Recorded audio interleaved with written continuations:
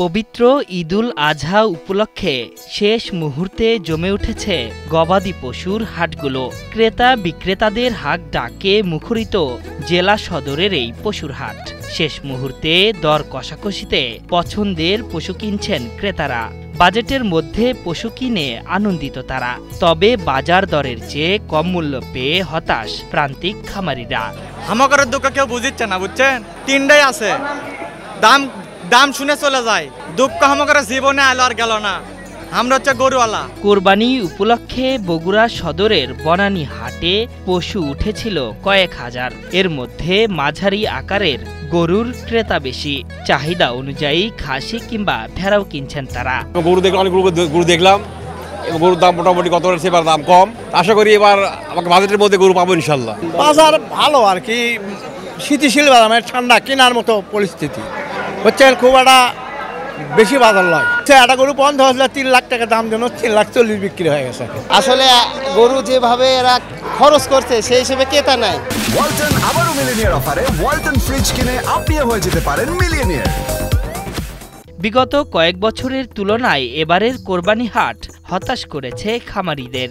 শখের গরু বিক্রি করে কাঙ্ক্ষিত দাম না পাওয়ার আক্ষেপ তাদের। আমরা বগুড়াতে বর্তমানে যে মূল্য পাচ্ছি, রমজান ঈদে এই গরুগুলো পাচ্ছি আমরা 28,000 টাকা মন। এখন বর্তমানে 24,000 টাকা মনও দাম বলিচ্ছে না। এবার পুরো মোটামুটি একটা গরু আমাকে লজ যাবো 50 থেকে 60,000 টাকা করে। 4টা গরু নিয়ে আসি, পালতেছি 2 বছর ধরে। ক্রেতা খুবই কম, বড় গরুর ক্রেতা নাই বলেই চলে। আমি গরু একটা লিয়াছিলাম, বিক্রি করলাম 1,18,000, কিন্তু যা দাম হওয়ার কথা সেই দামটা হলো না। শেষ মুহূর্তে পশুর আনাগোনার কমতি নেই, সেই তুলনায় ক্রেতার সংখ্যা কমই। তবে সময়ের আগেই সব পশু বিক্রির আশা করছেন এই ইজারাদার।